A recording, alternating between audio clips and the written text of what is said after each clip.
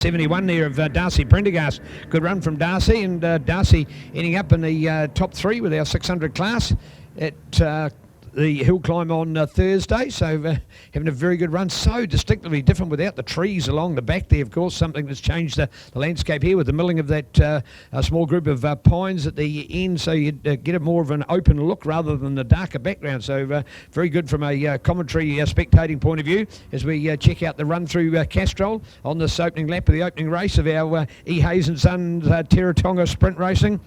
And E. Hayes, of course, where people come first, the home of the world's fastest Indian, the home of Trade Zone Industrial, Hammer Hardware. It's your local at 168 D Street here in Invercargill at www.ehayes.co.nz.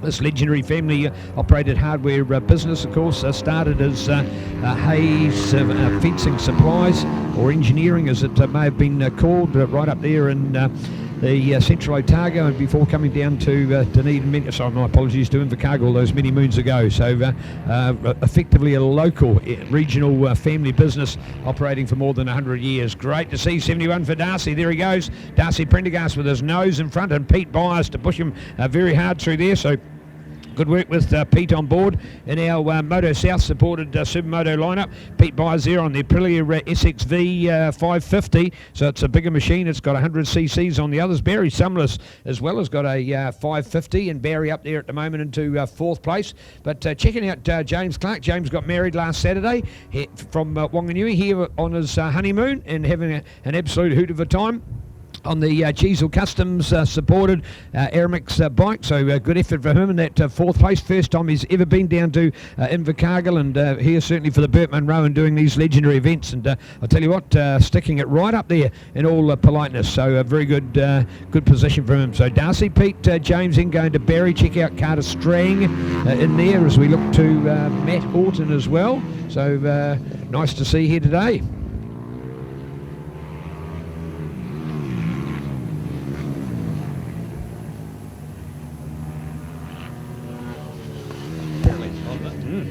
There we go, back with Pete Byers to have a look. Then going to James. James has moved up. We can pick it in there. James Clark. So good work going to Darcy. Darcy slipping back to third. He did have that first place a lap ago. So good to look out for James. Now, James is only an S2 model bike. That's the limit of 450cc as he competes in the Suzuki International Series on this machine. And that has an S2 limit just to mean that there is more bikes eligible to be racing in that class. But with the open lineup here today, tracking very well and hanging on for a good second there at the moment. So nice to see Pete Byers. So the 550, the 450, and the 450 putting all the pressure on. He's right over the back of them for a man that hasn't ridden much here. That's a great ride from James Clark. So good work from James as he pushes through. The Wanganui man on the Aramex Mastercraft Kitchens Cheezel Customs and his absolute Mastercraft pipe fitting and exhaust fabrication. Absolutely beautiful on this bike, and he's got it absolutely purring at the moment as well. Aramex, the rebranded name, international courier firm, formerly called Fastways in New Zealand, and the Aramex rider there putting in a good dirt squirt. Is he going to have the advantage going down the straight? Might be a change to look out for.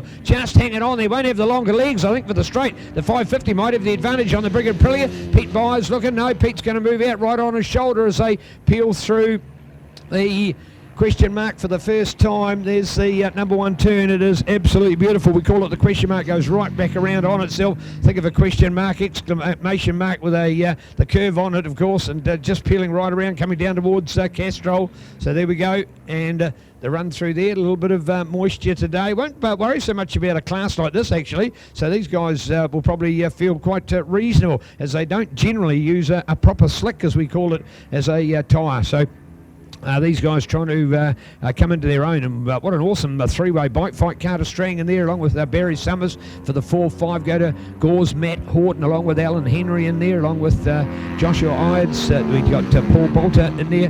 Cole Scammell had a fantastic run here in the drags with his Hayabusa on Thursday night. And then go to local man Dylan Stanley. I don't know whether Dylan's actually started in this race, so a little bit of an attrition rate, and we're down to 10. So here we go. Oh, look at the slipstream. Look at the slipstream. Nothing on that. Great to see as he moves over. And now Pete looking out to get the pounce. You see that? So James did the right thing. He came right over to the pit wall side. He must have been snug in the wall. He could have reached over and touched it. He was that close. Why? Because he was just moving over the track because he didn't want the rider behind him getting that slipstream advantage. So he's doing the hard work to try and break the air rather than give that clean air to Pete tracking right in behind him there at the moment. So great work by James. Loving this ride. So here we are, and James trying to push it up. Pete trying to push it up on the inside. James just holding a best seat in the house, going to Darcy Prendergast. Darcy having a fantastic ride back there in that third place. The earlier race leader. Each of these three guys at some point in the race have had their wheel in front for that first place, but at the moment it's James Clark that holds on. So nice work by James at this stage to take that advantage. There's where he does the hard work. It's along the straight here where he's finding it tough. So we're going to look out for the flag update here at the moment on the Mobil 1 finish line here at Tiratonga today as the boys line up, and that flag held well out for them at this stage. So we look to the charge, and there it is, the white flag, 1 lap to go. Oh, Byers up on the inside, so Pete's got the advantage, back to the lead with him. Darcy further back in that third place. So what are we going to see here from James? He's got to do the hard yards at this stage, and this is where it'll start right from this point on the turn. He's got the lighter bike, the more manoeuvrable bike, the more agile bike as compared to the longer and bigger and slightly heavier 550. So in the tighter part of the track is where he comes into his own, sweeping out wide on the exclamation, coming down into Castrol for the final time. There it is with Byers. Remembering went up on the inside last time, nearly got through. I would say it's his to lose from here as we look back to James. And but this is the corner. That's where James, he looks so good. He comes right around there. I tell you what, was that almost Pete? He must have been hanging so close to the side of the track there. I think he's just sort of had to drop the power off a fraction. He's lost a little bit. Has that been the momentum? What is it? No, still there with Pete at this stage as they go down through the brickyard for the final time. And then down towards the GWD elbow. And the run up here for the straight. It's going to be a dice all the way. It'll be certainly a 2-horse race, close to a 3-1 if Darcy can get on their tail. But Pete Byers and James Clark going for it at this stage. And here's the battle as they come up, and Pete will have it. Pete holds it, and only just. Well done to Pete, the checkered flag. So Pete Byers to take it ahead of James Clark. So good work out there at the moment. So that's the second for James. So Pete getting the first. Darcy gets the third. Looking out for Carter. He will be in the action for the 4th place. Barry gets the 5th, and our 6th place should go to Matt Horton down here, along with Alan Henry. Alan, the man from Mosgiel, getting the 7th place there on the Phoenix Otago Tyree Motorcycle Repairs Ducati Spares JRL supported Kawasaki KXF 450. So a great race in our Motard, brought to us by Moto South. Moto South, of course, at home here on Clyde Street, the home of Kawasaki, KTM, Triumph and Can-Am.